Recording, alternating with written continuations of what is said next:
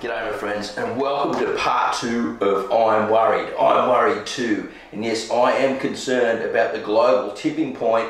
My money, the food that's coming out of my backyard, is it going to be enough for food security, and what's going to happen in the future, and how do we protect ourselves?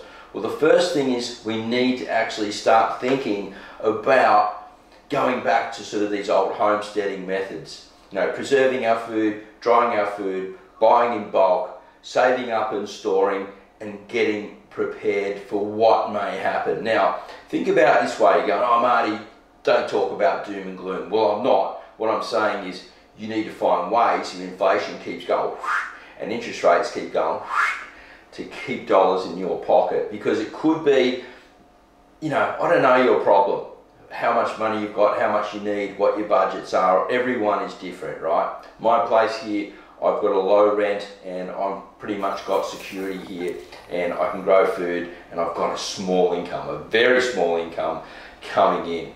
But what I want to do as an agricultural horticulturist is show you ways, or talk about ways, how you can change and protect yourself in these oncoming times. Now the first one is you need to change your homestead mindset. Like I said before, start growing all the herbs that you need and preparing all the different sauces and things that you have. Now you can do that by growing cherry tomatoes, basil, parsley, thyme and oregano.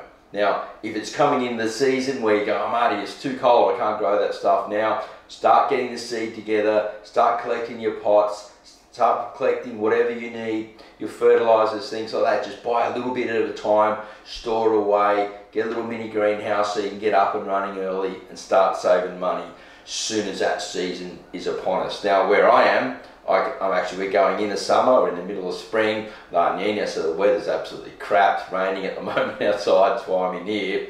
But I am producing food and getting food out fast. So if you want to learn more about that, make sure you subscribe and stay on this channel and keep coming back regularly, because YouTube won't always sort of update you on what's going on.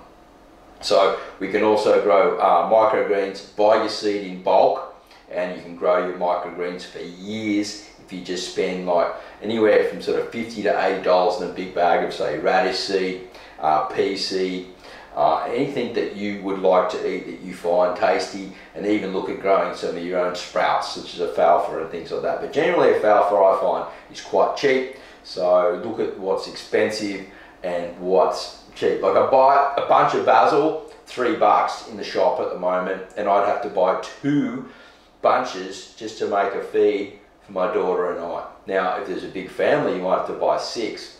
It's just absolutely crazy, and that's gone up 30% in the last 4 to 6 months in price. So I'm growing all my own basil, have been for years, but you know, it's just one prime example. Now the tipping point is what's going on around globalization with fuel.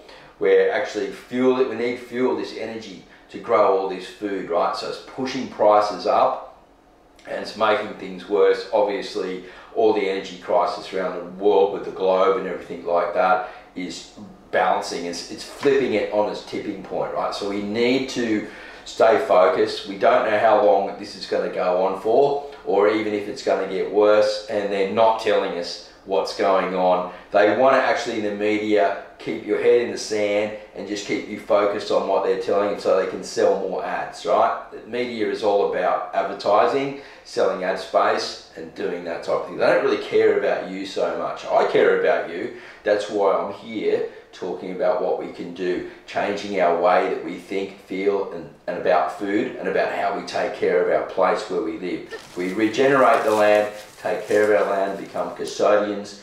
We don't fight the garden like they've been teaching us for years, and we actually take care of our garden and we nurture it. It will keep giving back 10 times fold, more and more every year. Now if you've got a chance and you've got some space, plant some perennials, right? Because it will give you food over and over and over again, and it's less work. So look at those perennial foods. Now parsley is a biennial, and if you cut it off before it seeds up, you can get food for 3 or 4 years from one parsley plant. So half a dozen parsley plants, you're on your way. And it's great. The young leaves are awesome in salads. The old leaves are really good for cooking and things like that. Now, one recipe that Marco Maresi, my Italian mate, taught me was flat leaf parsley. Just chop it up really small, get a clove of garlic, mince it, and olive oil, salt and pepper, put it on your spaghetti. You can put anything else in there, and it was cherry tomatoes, things like, think along those lines of, you know, the different recipes and what you're going to need to grow this food. Now, I've got my list here beside me because I don't want to get off track, because I do that quite a lot. Now, going back to what we're talking about, COVID, and why I'm concerned about this, and there's many reasons why I'm concerned about this, is I couldn't get any chickens at that time.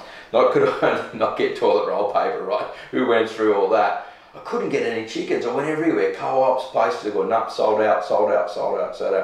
So I couldn't go, wow, I want to get self-sufficient with my chickens again. I want to have my own eggs. I want to produce my own fertilizers.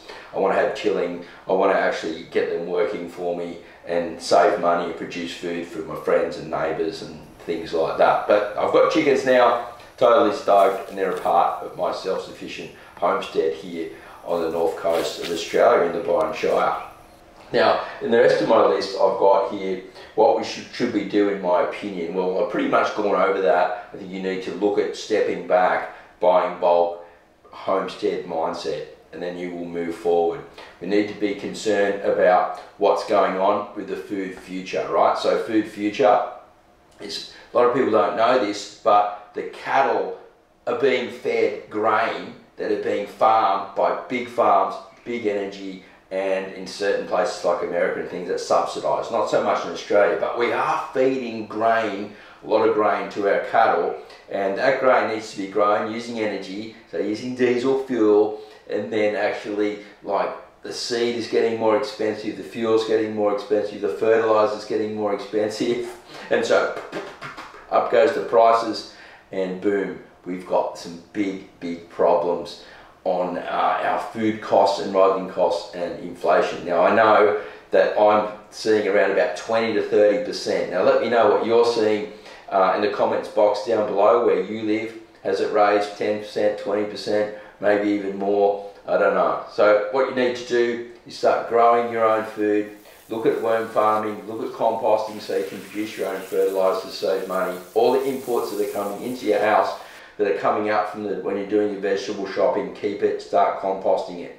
Even if you can't compost it, bury a hole in the ground and start throwing it in the ground and cover it over. That's where you're going to grow your tomatoes next season, right? You can sort of like trench, look up trench composting, those type of things online, and learn how to do that.